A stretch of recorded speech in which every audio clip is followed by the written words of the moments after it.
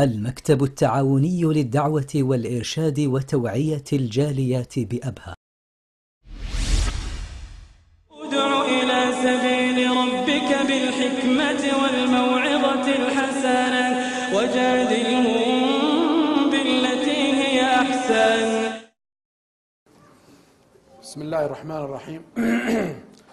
الحمد لله رب العالمين، والصلاة والسلام على أشرف الأنبياء والمرسلين نبينا محمد وعلى آله وصحبه وسلم. Praise be to Allah, the King, the very one that makes all things manifest. He manifested to His servants the signs with which they can draw lessons and guidance from. I testify that there is no God but Allah, with whom there are no partners, the Lord of the first and the last.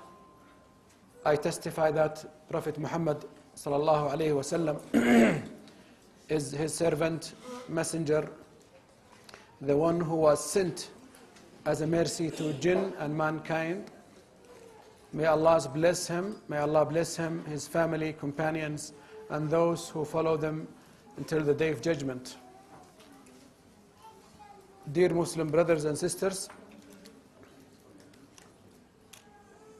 tonight we meet in this series of lectures, experiences, and projects that leading to a completed and compiled picture of what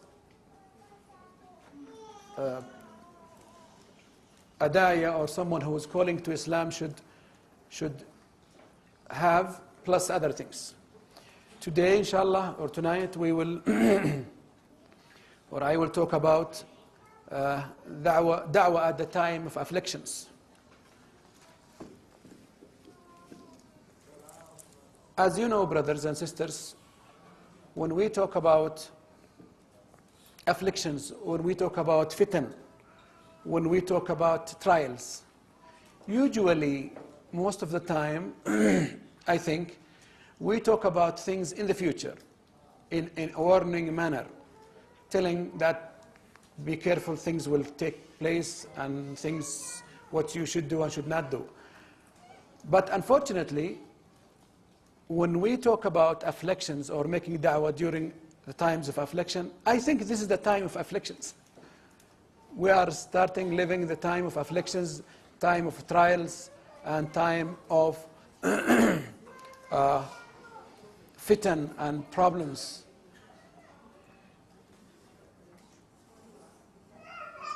Brothers and sisters, as we all know, Islam is the complete religion and complete law and teachings.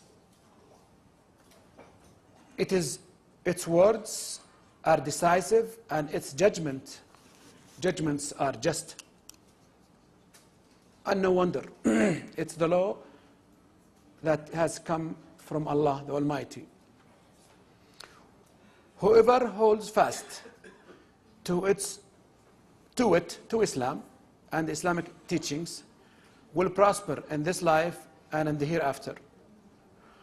Whoever deviates from it, he or she will have misery and hardship in this life and in the hereafter. It is an upright religion whose teachings are noble and characters are lofty. It is full of wisdom, undisputable proofs, and the only guidance for mankind. And no wonder Allah the Almighty has chosen Islam to be the religion of all mankind. Allah has chosen Islam to be the religion and the way of life of all people. Allah subhanahu wa ta'ala says in the Quran, in this close translation, that in the meaning of whoever seeks a religion after Islam or again, whoever seeks religion other than Islam, it will never be accepted from him, and in the hereafter he will be among the losers. So this is the judgment. Islam is not an Arab religion. It's not a Pakistani or Hindi or Egyptian religion. It's not a religion for anyone. And the best, it's not also a Filipino religion. I see some Filipinos. The best proof for this is this picture in front of me. It's a varied picture of people, Muslim brothers and sisters from different various locations and parts of the world. In this verse in Surah Al-Imran, Allah has decided that there are two ways. One is unacceptable and the other one is acceptable, which is following the religion of Islam. This doesn't mean that we should just go and push people and force people or to submit unwillingly. No. And that's what you're trying and we're trying to negotiate, to equip ourselves with some of the tools in order to convince non-Muslims that this is the way that was chosen for you by Allah subhanahu wa ta'ala. The messenger Prophet Muhammad sallallahu alayhi wa sallam said in the meaning of that hadith, by him in whose hand is my soul, meaning Allah. If any of these people, be he a Jew or a Christian, hears of me and yet does not believe in what I was sent with, he will be among the dwellers of hellfire. Correct, authentic hadith. So,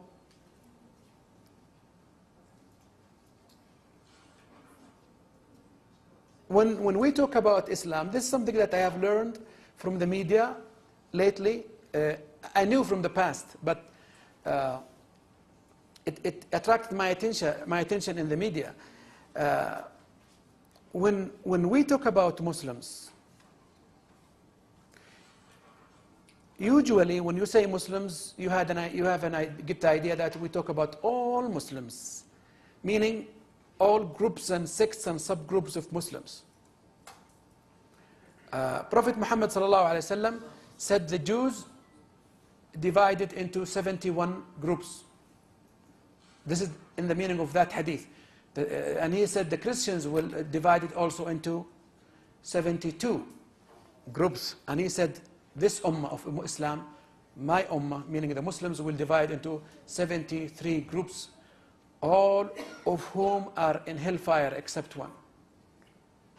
And everyone like us now is surprised. Who are these people? I want to be among them. So when the companions asked the Prophet Muhammad sallallahu alaihi wasallam, he said, these are the people who follow the book and my teachings, my book, the book of Allah and the Sunnah of Prophet Muhammad sallallahu alaihi wasallam. And by the way, I try to draw a connection between afflictions, between trials, and between the sects of Muslims. I'm not here against any sect. I'm just trying to clarify the verses and the hadith of Prophet Muhammad sallallahu alaihi wasallam. If you look at now, look in the whole universe, the afflictions have been placed upon mostly, if not 100%, upon Muslims who are following the book of Allah and the Sunnah of Prophet Muhammad sallallahu alaihi wasallam. And by the way, this group is the decisive majority. It's the majority by all means. Just look at wars now that are taking place. They are afflicting this Sunnis or the Sunnah and Jama'ah group of the Muslims. The wars, look what is happening in Syria, in Iraq, in Afghanistan, you name it, in Burma, in, even the hardships, the torture, the killing, the prisoning of people. You see that they are concentrating on this group.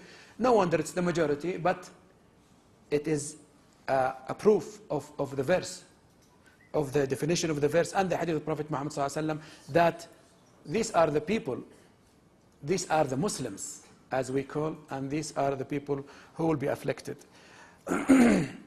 Scholars say, in the Day of Judgment, all people, including us, will wish at that time that they had all their lives full of afflictions.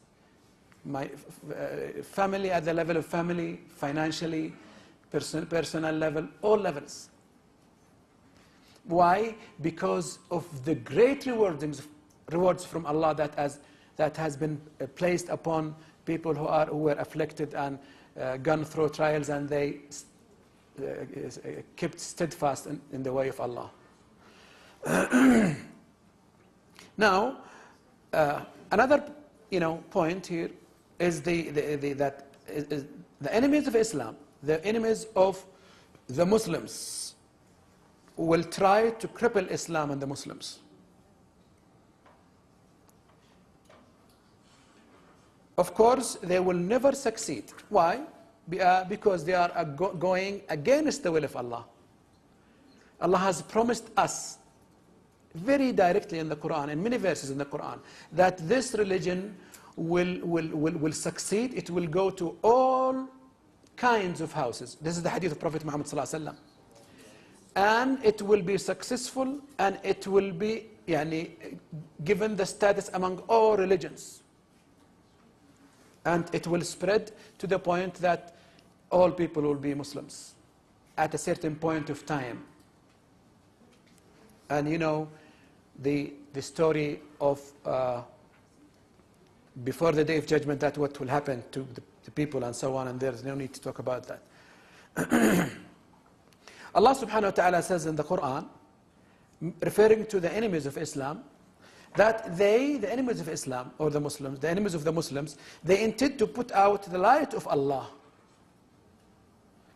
meaning Islam, with their mouths. But Allah will complete His light, even though the disbelievers hate it. If they hate the fact that Allah will complete His light. This is Surah As-Saff, Ayah 8. The messenger of Allah, the messenger of Allah, sallallahu alaihi wasallam, said, a group among my nation, among the Muslims, will continue standing firm on the religion of Allah. None of those who abandon or dishonor them shall be able to harm them until they become victorious over all people. Even in the way of da'wah, brothers and sisters.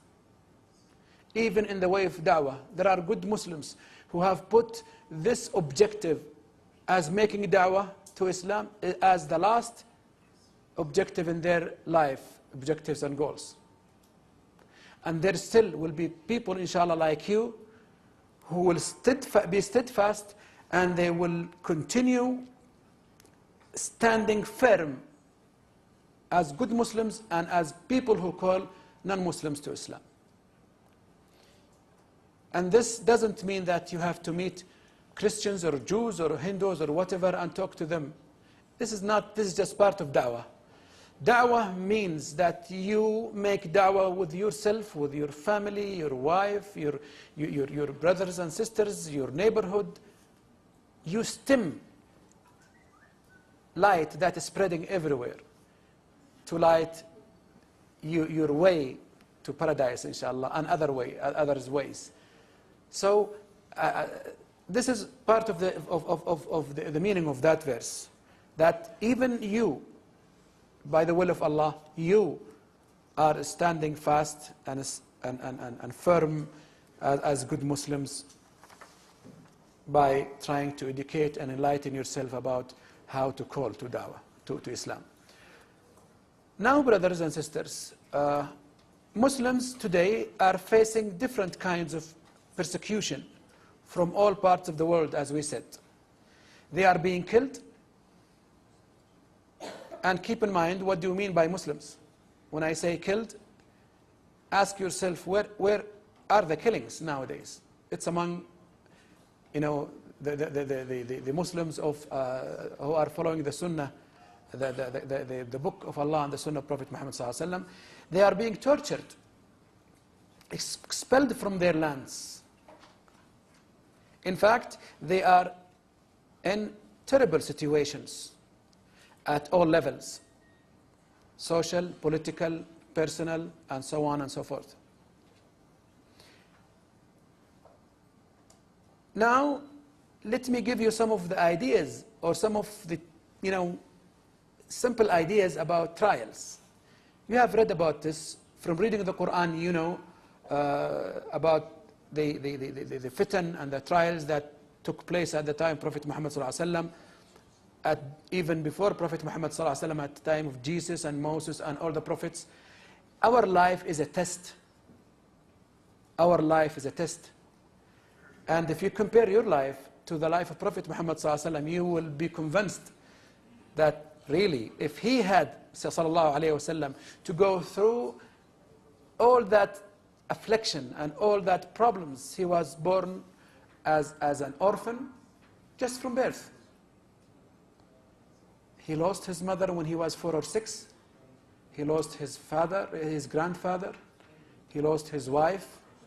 He was expelled from Mecca. He was a poor man. All of these are afflictions. It did not stop him for 23 years to call to Islam. And had it been something that Allah would make easier, it would have been made easier for Prophet Muhammad sallallahu alaihi wasallam. And even it's mentioned in the Quran that when Prophet Muhammad sallallahu alaihi wasallam is conveying the message, it is very well known to Allah and to us in the book of Quran that Islam will spread. But Allah is telling Prophet Muhammad sallallahu alaihi wasallam, do your part, do your job, and the rest Allah is saying that He, the Almighty, will do. So if it's that case, in the case of Prophet Muhammad sallallahu alaihi wasallam, it will be the case in our uncomparable being, like human beings, regular human beings. And now, plus the wars and the killings and the political unrests as examples of the fitan and the afflictions. Nowadays, you hear about earthquakes. We had one about a month or so. And it was shocking. I don't mean really physically shocking. It was shocking to the people. Sometimes, brother and sister, when you see somebody is being, hospitalized, you think, it's not me. No, I'm just watching. No. I can visit that person, but I cannot be if you see somebody is taken to the graveyard, we all think it's others, not me. If you see somebody is getting involved in a car accident, or somebody being killed in a car accident, we all the time think it's the other, it's not me.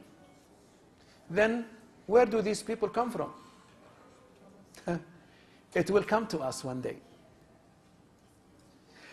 So, when the earthquake that we experienced, I think about, by the way, I was sleeping.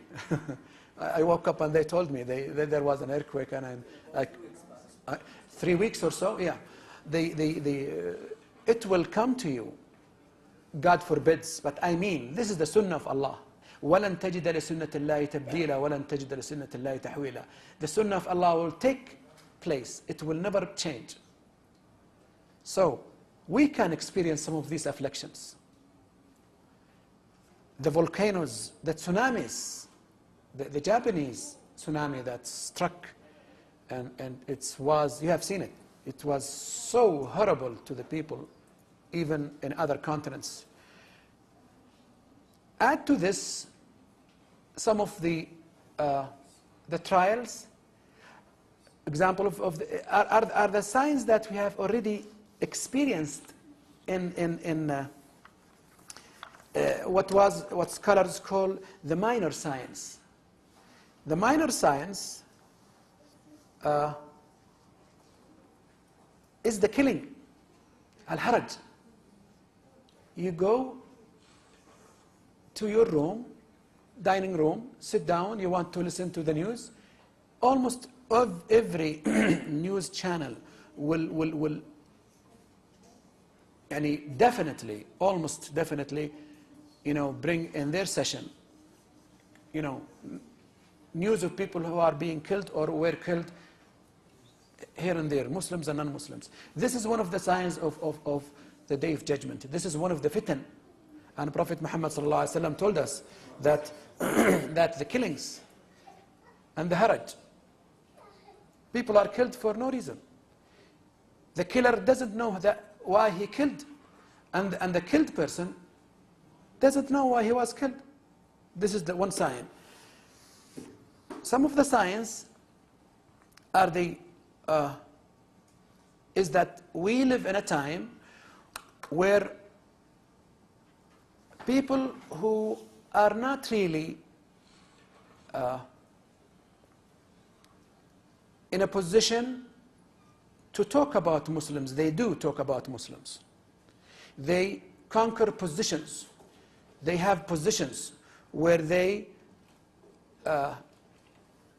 should not have, because they're weak or they are not equivalent, they have no sufficient information or knowledge about Islam. They are leading people, they are giving people information, they are giving people and this is one of the signs when the matters of the Muslims are given to people who are not qualified. Another sign is when lay people who do not, but they don't care and they are ignorant, and they are given the chance to talk about Muslims.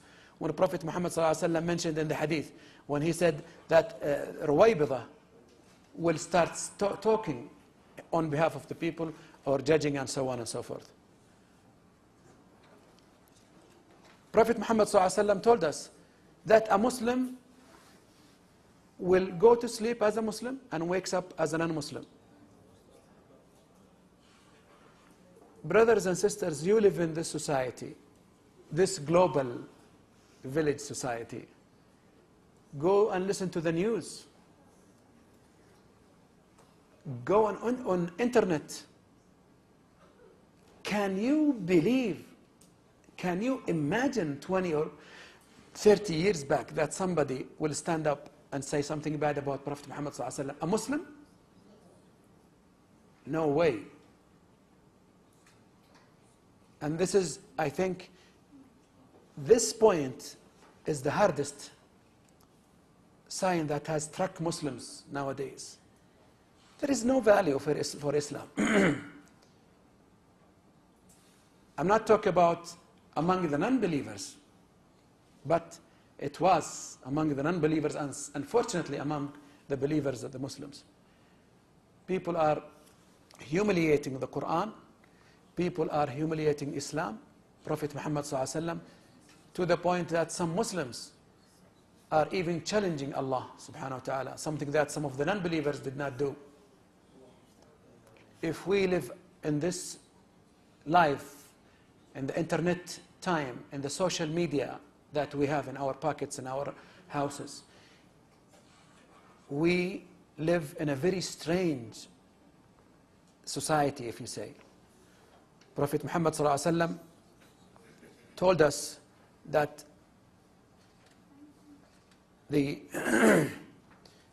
liar will be a truthful, and the truthful will be a liar at the end of life. And I think we are experiencing this now.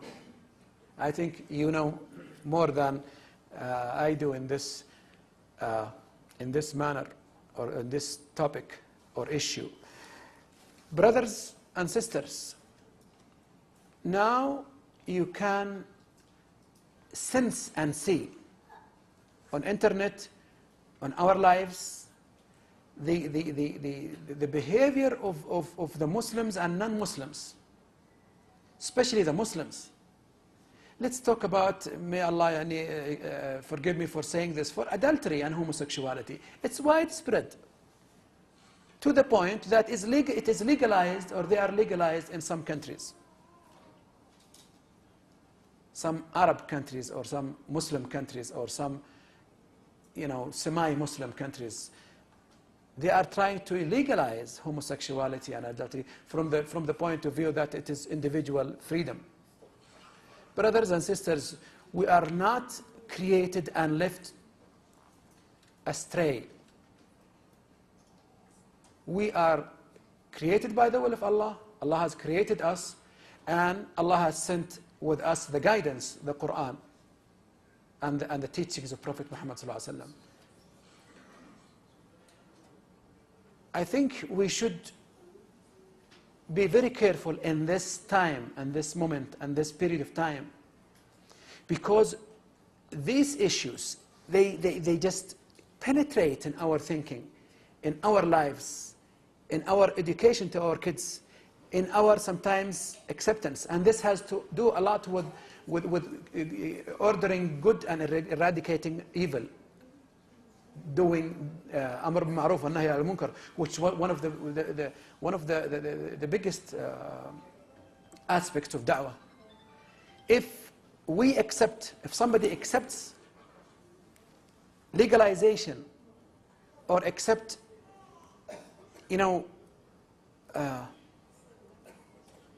some of these afflictions that we are living, there is something bad in our hearts.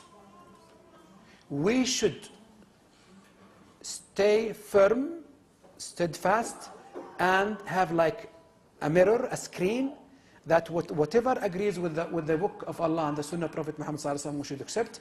Whatever doesn't agree, we reject.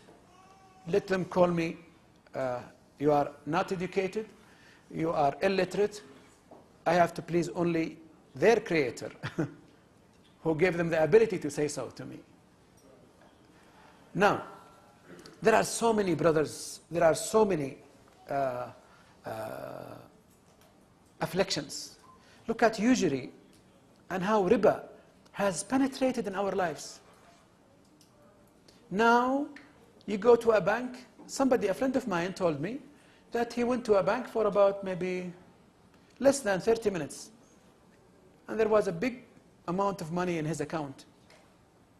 Now it's very easy to do this. Very easy to displease Allah. Because Satan is helping the other side. Usually has destroyed our lives. I'm talking in general. Look at the share markets. Look at even of the loans that are given by banks in your countries or in this country or anywhere. Even if something is not acceptable according to Islam, they go and form a committee and they try to make it acceptable. I'm not discussing that issue. What I'm discussing is the spread of riba in our society. This is another sign. Another sign also is rising of prices. Al-ghala, wal-riba, wal-waba, wal-zina, wal-zalazil, wal-mihan. All of these are signs of getting closer and closer to the day of judgment.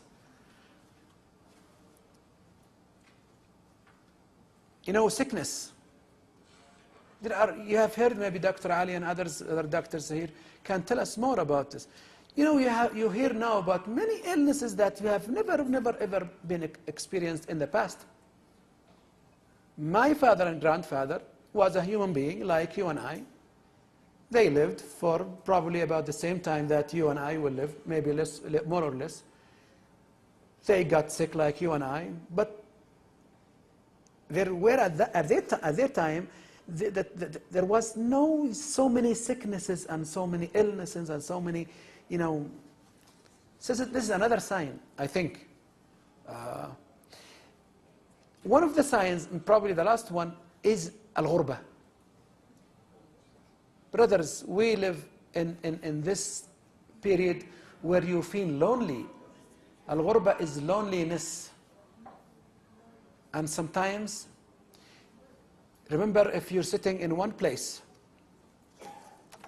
sitting with friends or invited in a friend's house or anywhere, and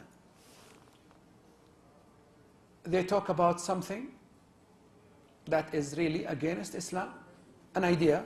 All of us usually sit and talk with people, and if you say no, this is not acceptable, this is against Islam, they will say you are probably an idiot, uneducated.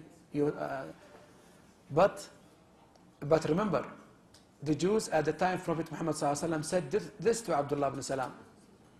He was their leader. He was their rabbi, their master, and the son of their master.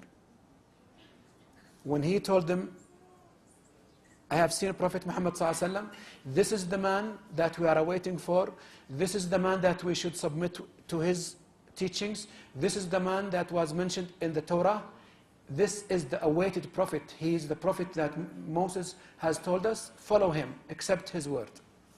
When he started saying so, they said, you are a liar, you are an idiot, you are the worst one of us, you are not our leader. So don't minimize yourself, brother and sister. Don't look down to yourself if you are alone in a setting where people are going astray. If the Quran and the Sunnah is being your guidance, you are on the right path. So this time of ghurba, you feel a stranger, even within Muslim countries. Needless to talk about non-Muslim countries.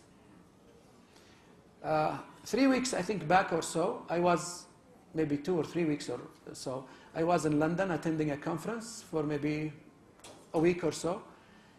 Wallahi, brothers and sisters, regardless of all what you can see in London, what, you know, you are visiting the biggest, one of the biggest, you know, commercial and political and economic cities, you know, you see the advancement, you see the, you know, all of this. Wallahi, I feel so sorry. I have never ever been close to Prophet Muhammad ﷺ, I think, more than that time. Wallahi, I was so attached to Prophet Muhammad ﷺ. I kept remembering Prophet Muhammad ﷺ all the time. And just making salah and salam upon him. Because he had came to us with the religion. You know, people, the people I saw, they are very well organized, they are systematic, but they are going astray, brother and sister. At the end of the line, they will go to hellfire. You feel so sorry inside. So, this is part of the ghurba, where the disbelief spreads, and the believers are cornered, are tortured, and put cornered or put aside. This time of ghurba is the time where we are in dire need of da'wah. Keep in mind, brother and sister, that when you do da'wah, even with our humble information, you are nullifying and ruining many of the plans for Christianization and for keeping Muslims away from the religion.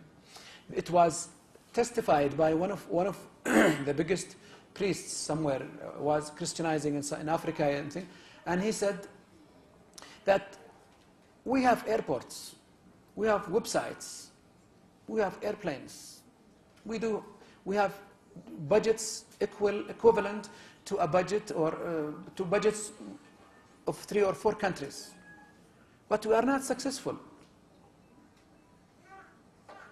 Why? Because they are contradicting the will of Allah. They are contradicting the will of Allah. So, whatever you do, don't minimize yourself. Don't think that you're minor, you're only... No. Abdullah ibn Mas'ud, radiallahu anhu, at the time of Prophet Muhammad ﷺ in Mecca. Abdullah ibn Mas'ud, by the way, has no tribal support, no tribal,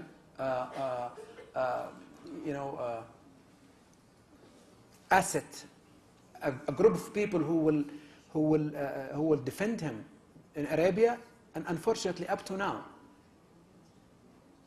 people will pay much attention to you and will take care of, will be careful when they deal with you if you have a tribal support. Abdullah ibn Mas'ud did not have any tribal support. He was a little person, a tiny person. One time, he was climbing a palm tree, and when the companions looked up and saw his legs, they laughed. So they were so small, small legs. And the Prophet Muhammad ﷺ, are you laughing at his legs? By Allah, he said, Wallahi, إنها أثقل من جبل أحد في الميزان. And this is, brothers, he said that these two legs that you are laughing at, they overweigh the biggest mountain in Arabia. I think it's one of the second biggest mountain in the universe, the mountain of Uhud. And that's why people are not valued or judged by their appearance, by their nationality, by their job, by the certificates or the degrees that they get. No.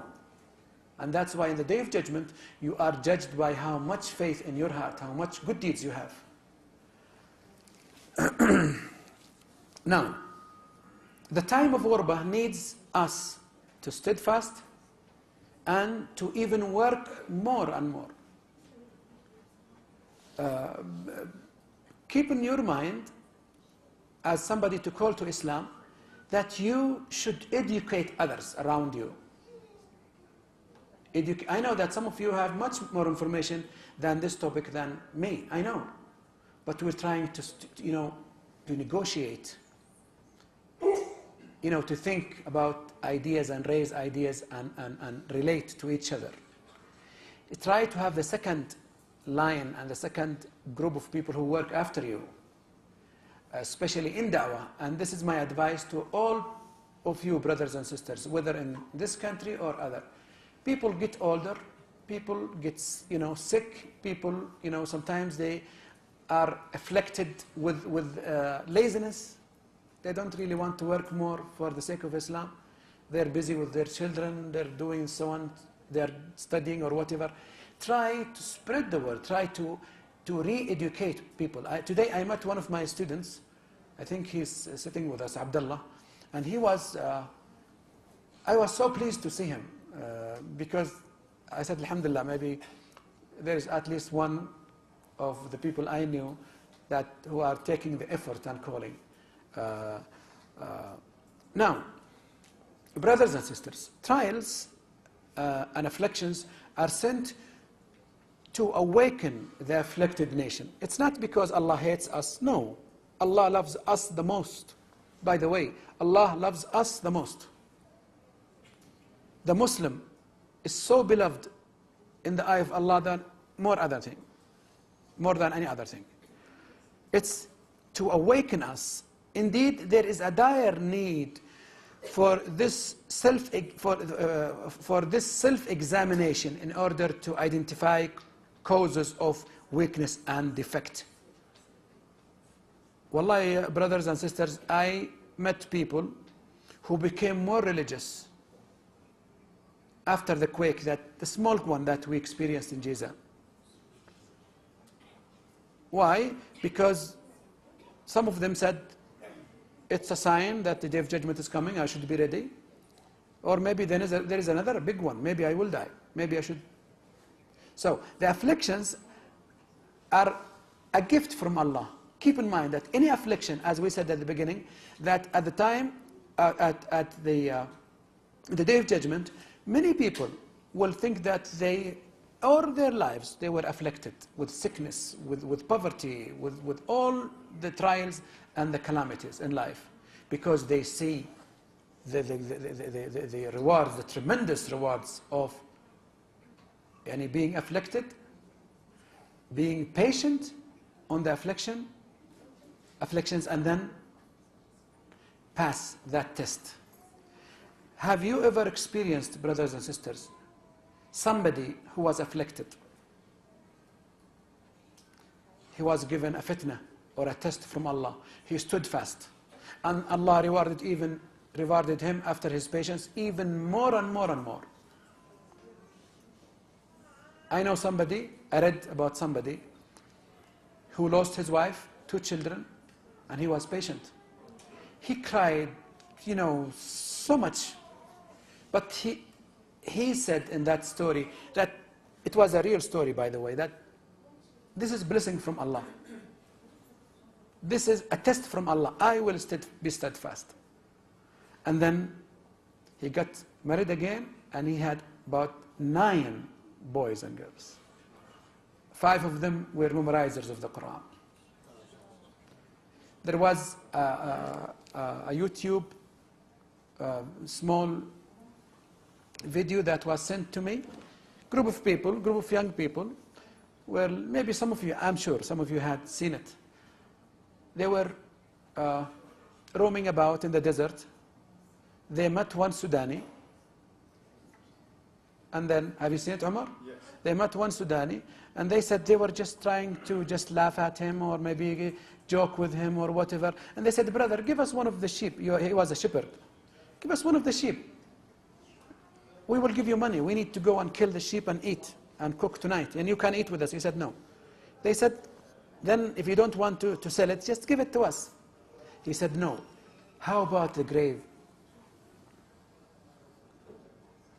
How about the grave? He said in his humble, uneducated words, what if I give you and then I am put in the grave? What will happen to me? This is not what I meant to say. I meant to say that the second day I received another message, which you might have received, brother, that he was given a check of 20,000 riyals by Sheikh Ibrahim Duwaish. What is good, 20,000 or 5 or good, let's say 1,000? Brothers, we have, you know, sometimes we get afflictions in our lives. We lost beloved ones. We lost money. You know, we sometimes are faced with difficulties, calamities in our life. Be patient. We should, you know, just try to be patient, and you will see. There are so many stories that this is not the time to tell you about the reward of being patient after the afflictions. So the rewards, the trials and the afflictions and the fitan, they are to awaken people. There were, I think, about 5 or 4 boys in a car. They rented a rest area, straha, or I think it's maybe a swimming pool and a playground, and they, you know, they had planned a very bad plan to, you know, kidnap a woman and go to that place and do whatever they want to do. So 5 of the people were staying in the place waiting for that to kidnap the woman and come. And on his way from going to go and do the kidnapping, he was killed in a terrible car accident. He was burned to lashes in the car, inside the car. When his friends stayed for a very long time, they did not see him. They came back and they saw on the way to the city, they saw his car, you know, and they saw his flesh. There was no flesh, by the way. It was all dust. He was burned severely. So 4 of the people, they repented from that point. I'm not saying that we should wait until a problem comes to you or a fitna. No, start from now. Train yourself. We should train ourselves. Usually when we talk about education, you think I should educate my sons and daughters, the small ones. No. Everybody is... Why are you reading Surah Al-Kahf today? Why did you read it? You are educating yourself. Why did you read about Umrah if you want to go and do Umrah? Now, you are educating yourself. So, and by the way, we should look at ourselves and how much we are advancing. And I will talk about this. Now, huge challenges and crises awaken nations and constitute major turning points in their history. And by Allah, brothers and sisters, this is the best time for any one of us to wake up. Look at the news. Look at the whole universe. Look at the people, the trials, the fitan, everything. This is the time for you and I to repent. This is the good time for you and I to make, plans. Your enemy is within you. Your soul and yourself is your enemy. And in the day of judgment, it will be your enemy also. So you are in a race, either you or your soul. The afflictions and the trials, they revive people to strive hard for their progress and development. Now, brothers and sisters, after all of this, what should we do?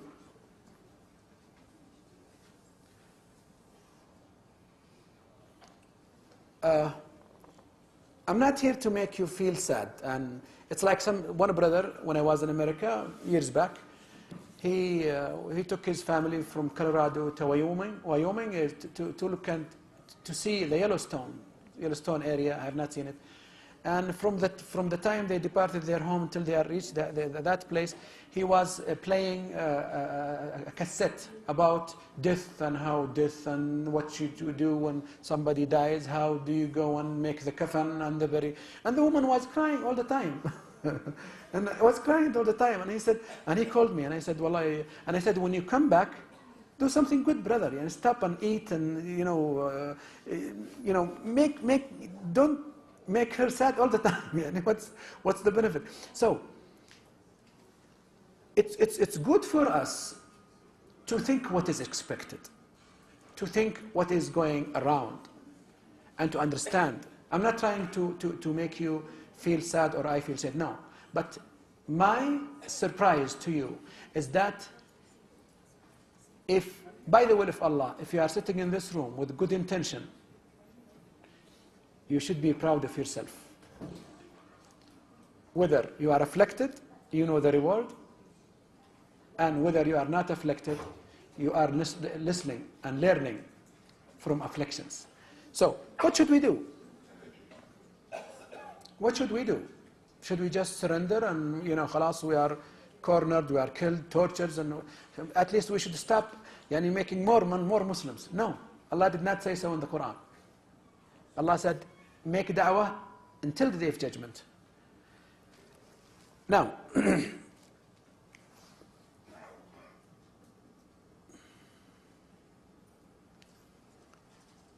okay, first of all, we Muslims have never been in such need for self-examination as we are in these days of crisis and hardship.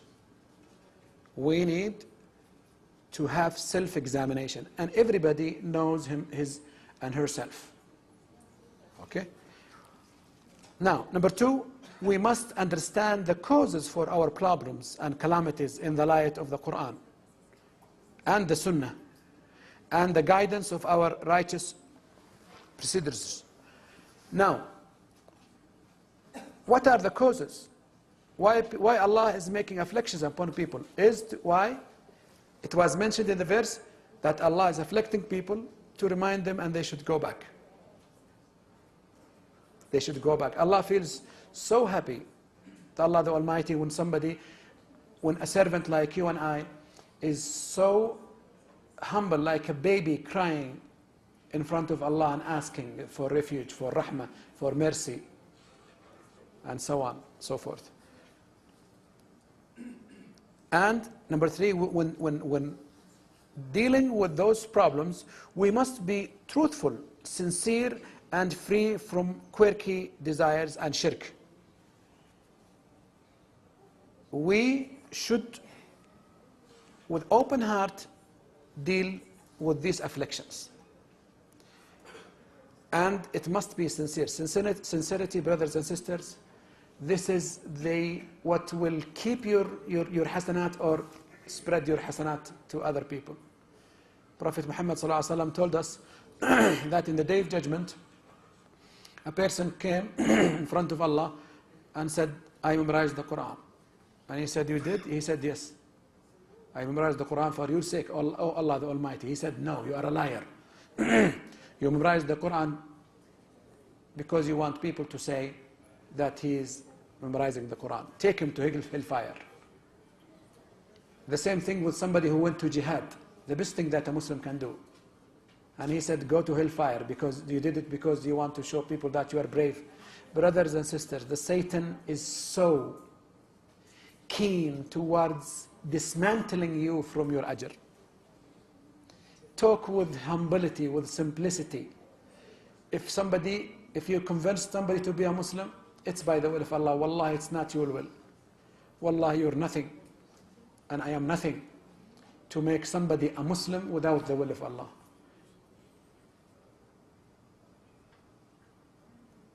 We must have confidence in Allah. Because sometimes going through these afflictions and calamities, you think that maybe Islam is not the right religion. Maybe it's... No, you should have great confidence in Allah. And Allah is not letting you go in this life without reward. You will see this confidence in your life. Brothers and sisters, we talk about, the most great, the king, the most generous, Allah the Almighty. If somebody would give 1 riyal to a poor person, and the next day he will have 50 riyals. Wallahi, brothers, wallahi, I experienced this myself. I knew this from a close person. He was waiting in his house. He only had 50 riyals in his pocket. 50 riyals with a big family on the weekend, you can't do nothing. So his brother came, passed by the house, stopped, and he gave him 500 riyals. Why? Because when he went to Salah, Maghrib, he saw a poor person and he gave him the 50. So it's 50. Wallahi, brothers. Alhamdulillah, it's Islam. And that's why when you see people like Brian and people like Muslims by birth and Muslims by convert, they are so attached to Islam. They will never ever dismantle themselves from Islam. Why? Because they see the evidence that they are following the right religion. Brothers, let me tell you this story. I all the time tell that story. There was one sister from Philippines. She came to the center 3 times. Maybe Dr. Abdullah Abu Ushi is there, I saw him. She came the 4th time and she said, Brother Abdullah, Dr. Abdullah, I want to be a Muslim. She came 3 times willing to be a Muslim, but she was married to a non-Muslim. So Dr. Abdullah is trying to make her wait and see, She said for the 4th time, she said, do you guarantee that I will live until next Friday? I will come back next Friday. He was almost shocked, and he, as usual, what do you think we should do, brothers? One brother said, call Bin Fawzan. Bin Fawzan is like Bin Baz nowadays. So we called on the speaker, Bin Fawzan, Sheikh Fawzan, and we said, Salih Bin Fawzan, and we asked him, what should we do? He said, tell her that she should abandon, she should not sleep with her husband, and there should be nothing, or he should be a Muslim, or it's divorce. When you tell her, she will say, no, khalas, I will come back next week, and she will not come. Maybe. This is a very big thing that you are telling. You are telling to spread the family. And she had one of the most beautiful boys that I've ever seen in my life. About 8 months of age. Now, who hangs the bell? Do you know the story? When the rats thought about, who hangs the bell? Dr. Abdullah, as usual, surprised me and said, Abu Abdullah, go and tell her. Myself and brother Imad, Abu Imad, he's there, Abu Imad. We went up, we met the sister, and we said, sister, it's this is the ruling. She stood up, wallahi, brothers. This was after doing Salat al-Asr, about 50 men downstairs doing Salat al-Asr. I went up and I said this, do you understand this in English? She said, yes. I said, there should be no touch between you and your husband. He should be a Muslim or divorce. She stood up and she said something, brother, even if Islam forbids this son from having this son, I will throw him between your legs. Wallahi, brother, this happens to me. Then I went down and almost about 35 of the people were crying. I'm almost crying now. Brothers, there is something in Islam that is so pushing, so, pulling us towards Islam. Islam is good for us. And this is the best thing about Islam, that no human being can find in any other religion. Islam doesn't depart you. Then this is the will of Allah. Now,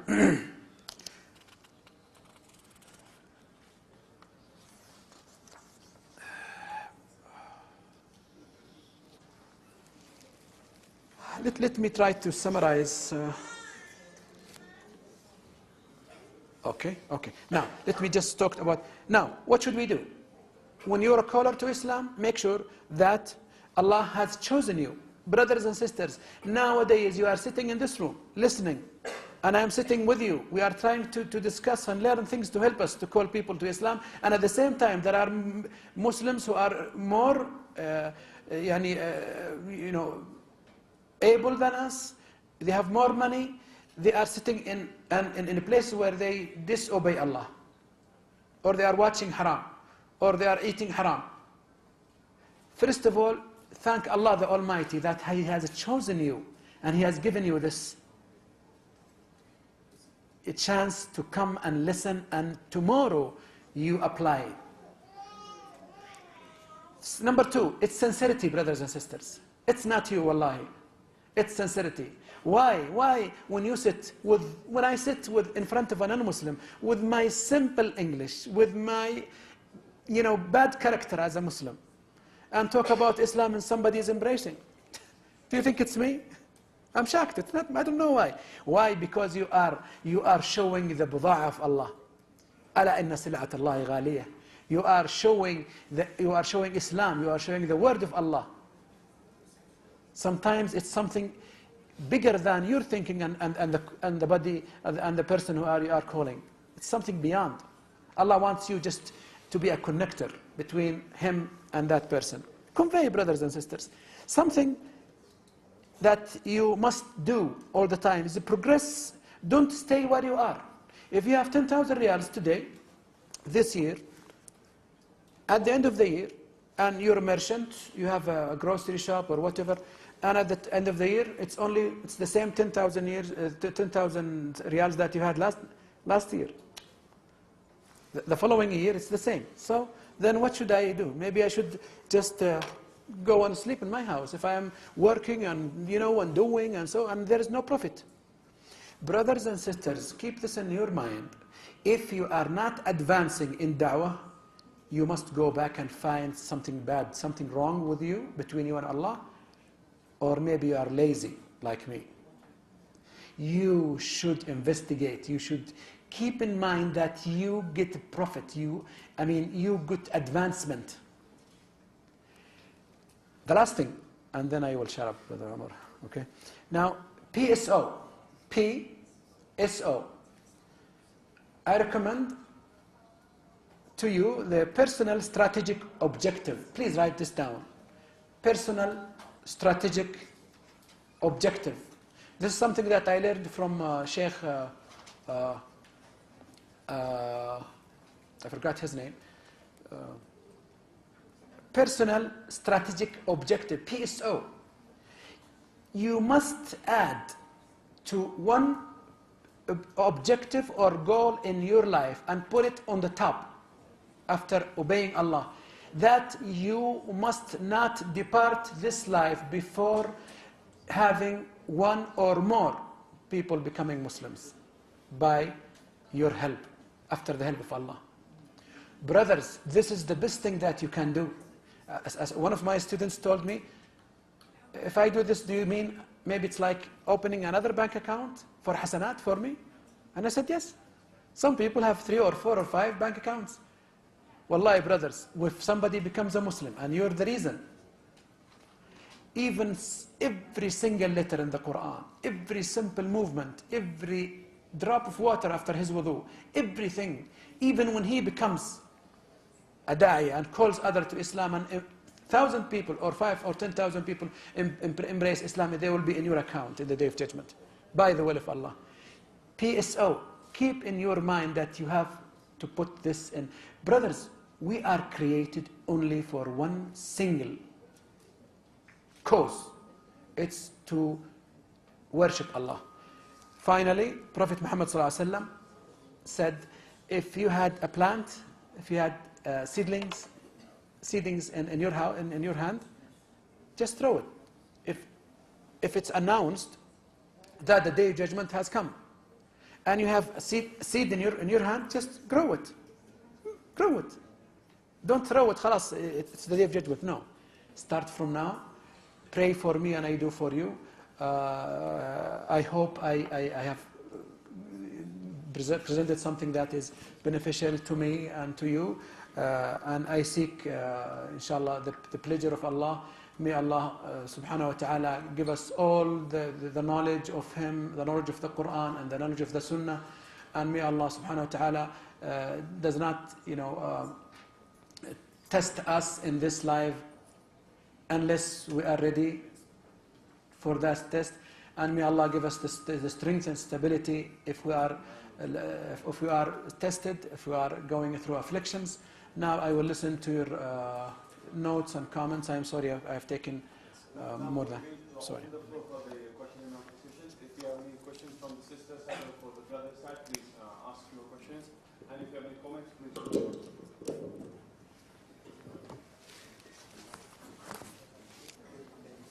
Yes, sister. Do we have any questions from sister side?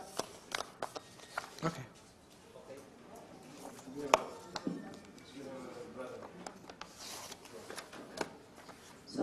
Alaykum as-salam. Thank you for this. I want to ask this question. Good. If I want to invite anyone, I'm Muslim, how can I expression about the state Muslim in Syria or Iraq or like this? Okay. First of all, I think when we call people to Islam, we call people to the book and the Sunnah of Prophet Muhammad ﷺ. They should judge Islam according to the Quran, not according to whatever happens. Whatever is taking place in Syria or other places is as a trial, is affliction. That Allah has chosen those people to go and endure these afflictions. And somebody who's seeking Islam should not have this as a barrier, that Muslims are fighting, there are liars among Muslims, there are so on cheaters. Yes, we do. We are human beings. There are good and bad Christians. There are good and bad Jews and Hindus and so on. And there are also good and bad Muslims. So we should judge Islam, not judge the behavior of Muslims. Another question?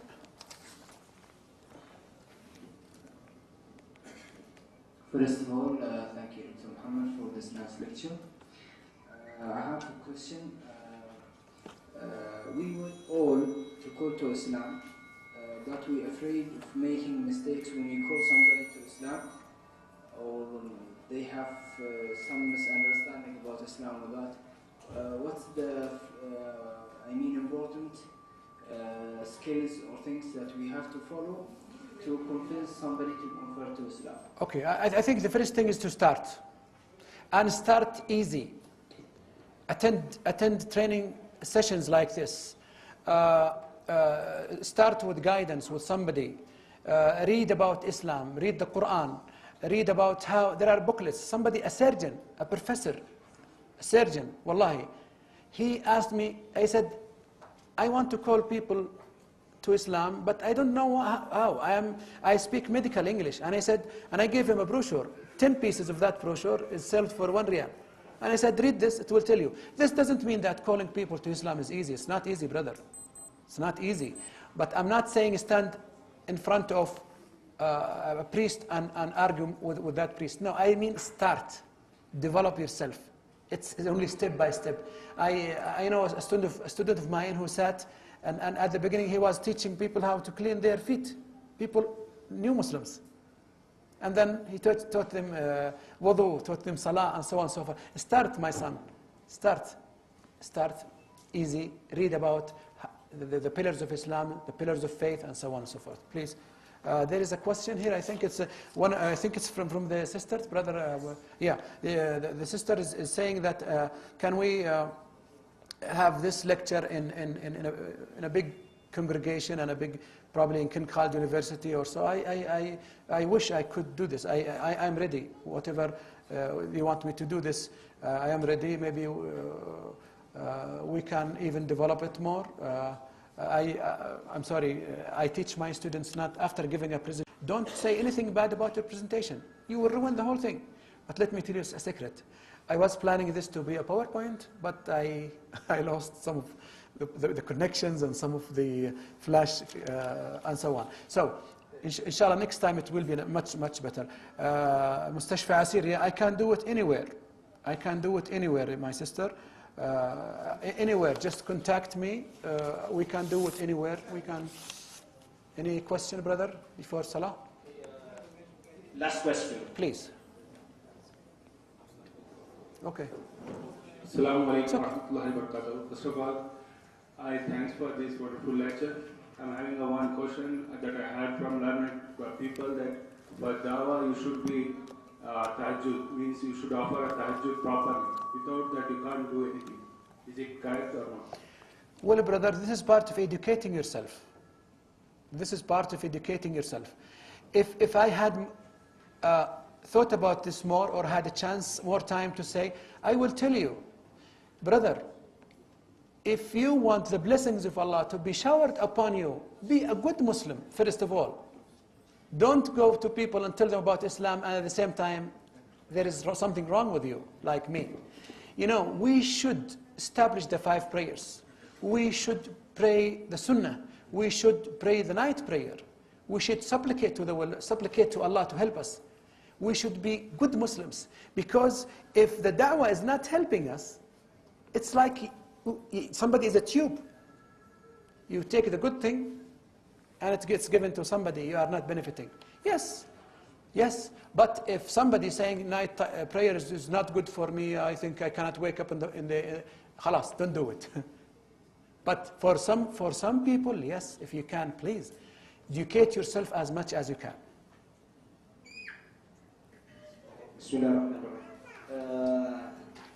Before we close, I would like to ask question. Please. Firstly, there's so many people or common question that how we can make da'wah that we don't have facilities, where in fact how to resolve it, where in fact Prophet Muhammad a poor and orphan, and there's so many people they say that we cannot perform that because we don't have facilities or any gadget or anything that to make da'wah because we are full. And second question is how we can identify since that our time is a time of afflictions, that this certain group are out of, belong to the 73 groups that to be thrown in the hellfire.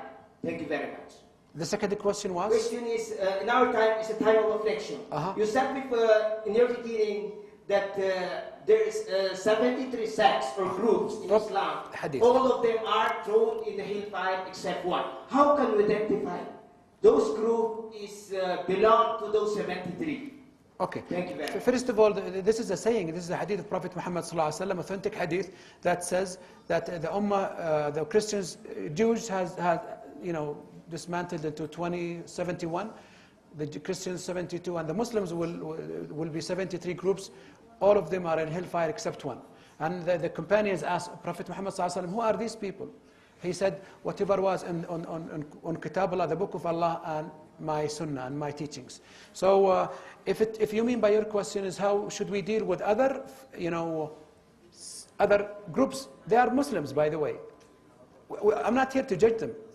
We should have good intention. We should accept them, call them, clarify to them, explain to them, the right path. Okay, your aerial question, the first question, the facilities. I wish it was my decision. Wallahi, brothers, if it was my decision, I would make Ministry of Quran, Ministry of Sunnah. Wallahi, brothers, I was thinking about this. Why should we not have Wazarat al-Shahadatain? Why not? The 2 testimonials, ministry of that, the 2 testimonials for Salah. I mean, separate ministry, for salah, separate ministry for zakah, separate ministry for siyam. These are the things that we are here for. Ministry of Hajj also. These are the things that we are here for. We are not here for money. We are not here for whatever. Of course, Prophet Muhammad ﷺ told us that you live in your life as you are going to live forever. And you live for your religion as you are going to live to die tomorrow. So we should work very hard. I wish we could have the facilities. I wish we could have, the budgets, the airports, the money, the callers to Islam. And I hope this is something that I wish I could see before I die, is that we have from among the Muslims people who are specializing, especially from our university students, people who can specialize in calling Hindus, calling Sikhs, calling Christians, Catholic, Protestant. They specialize in this field. And by the way, the Muslim, your aerial question, you, my son, the Muslim has much more knowledge than any other non-Muslim about even their religion. So I wish we could have the facility. But by the way, brother, we should not wait. Prophet Muhammad ﷺ had no facility. In contrary, he was fought. He was opposed. Now we are not opposed. You can take a small booklet and give to a non-Muslim. You can talk to a non-Muslim. Prophet Muhammad ﷺ has spent 10 years calling in secret da'wah. So this is what makes it sweet, I think. And inshallah in the future it will be much better in regards to the facilities. I'm sorry, brother Umar.